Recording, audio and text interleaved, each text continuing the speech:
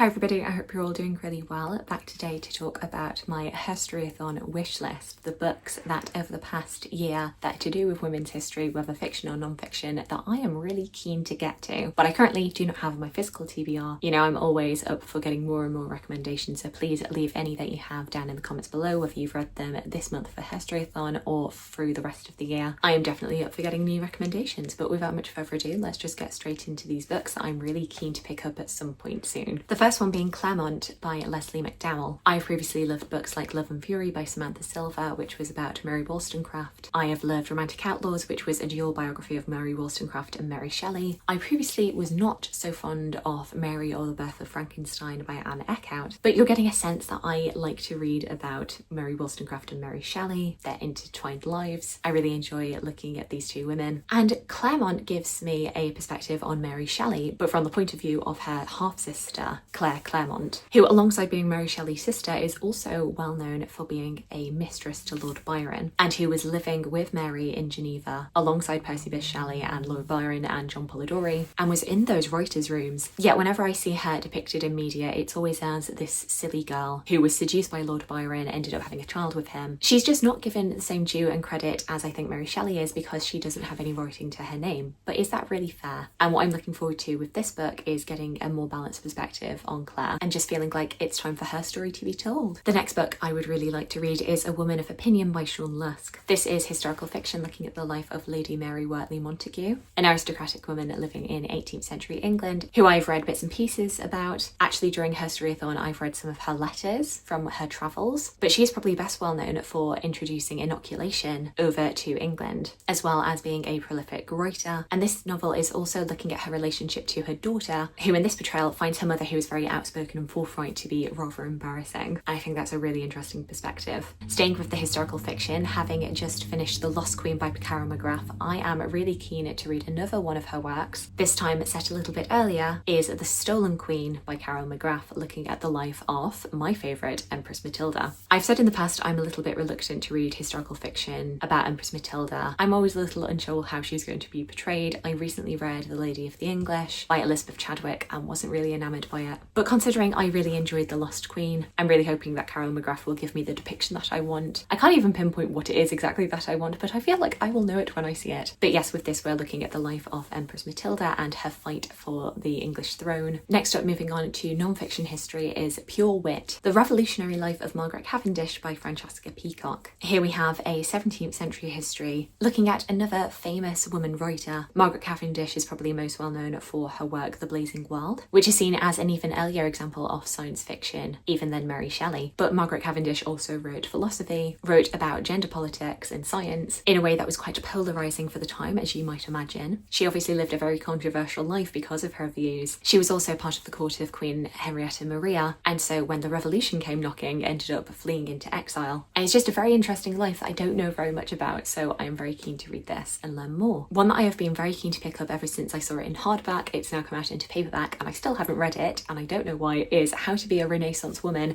The Untold History of Beauty and Female Creativity by Jill Burke. What looks to be a really wonderful history of theories of beauty and the practice of cosmetics and fashion in the Renaissance period, expectations that were put on women, but also the creative outlets that women had for expressing themselves through beauty. I love a bit of fashion history, but interestingly enough, considering how into beauty and makeup that I am, I actually haven't really read very much in the way of beauty histories, aside from Eyeliner, A Cultural History, which I read last year. And this seems to be meshing two things I love, the 16th century and beauty practices, so surely I should love this. A book that will have been recently released by the time this video comes out is Lionessheart, The Life and Times of Joanna Plantagenet by Catherine Hanley. Catherine Hanley, you'll have heard me wax lyrical about how much I love her Matilda, Empress Queen Warrior, her biography of Empress Matilda. I've also really loved Two Houses, Two Kingdoms. With this book, we are reverting back to the biography format for Joanna Plantagenet, who was the daughter of Henry II and Eleanor of Aquitaine. She was also sister to Richard I, Richard the Lionheart, but has gone fairly overlooked in the historical record, despite the fact that she was very much entwined with what her brother was doing. You know, she had controversies of her own, and it's a figure that I don't really know much about, as I say,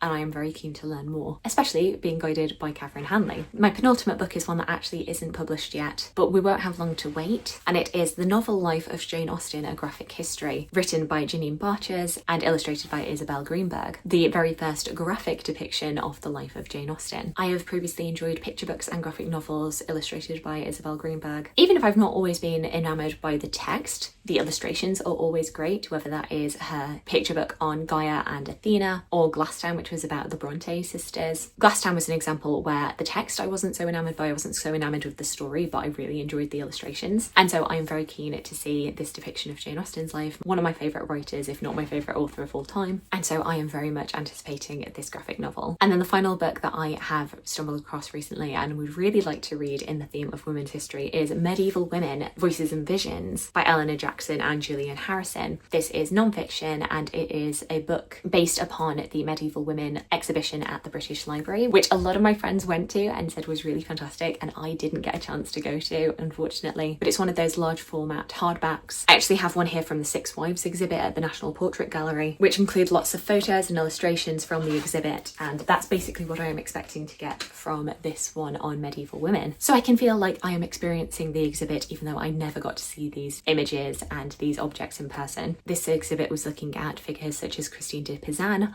I know for a fact that there was some Empress Matilda objects in there, Joan of Arc and Julian of Norwich, but I'm also looking forward to reading about medieval women who I don't know anything about. I love very visual histories like this because I really think it opens up whatever time period that you are reading about, being able to get a real visual, tangible sense of what it was like to live back then. And so yes, I am very much looking forward to picking this up and reading it. So there we go, those are just a few of the Herstoryathon related books that I would really like to get to in the next year or so. Do let me know if you've read any of the books that I've spoken about today. Alternatively, please do let me know about anything that you are adding to your wish list for Herstoryathon, whether it's something that you're either going to read this month, whether it's going to be next Herstoryathon, or in the time in between. I would love to hear from you.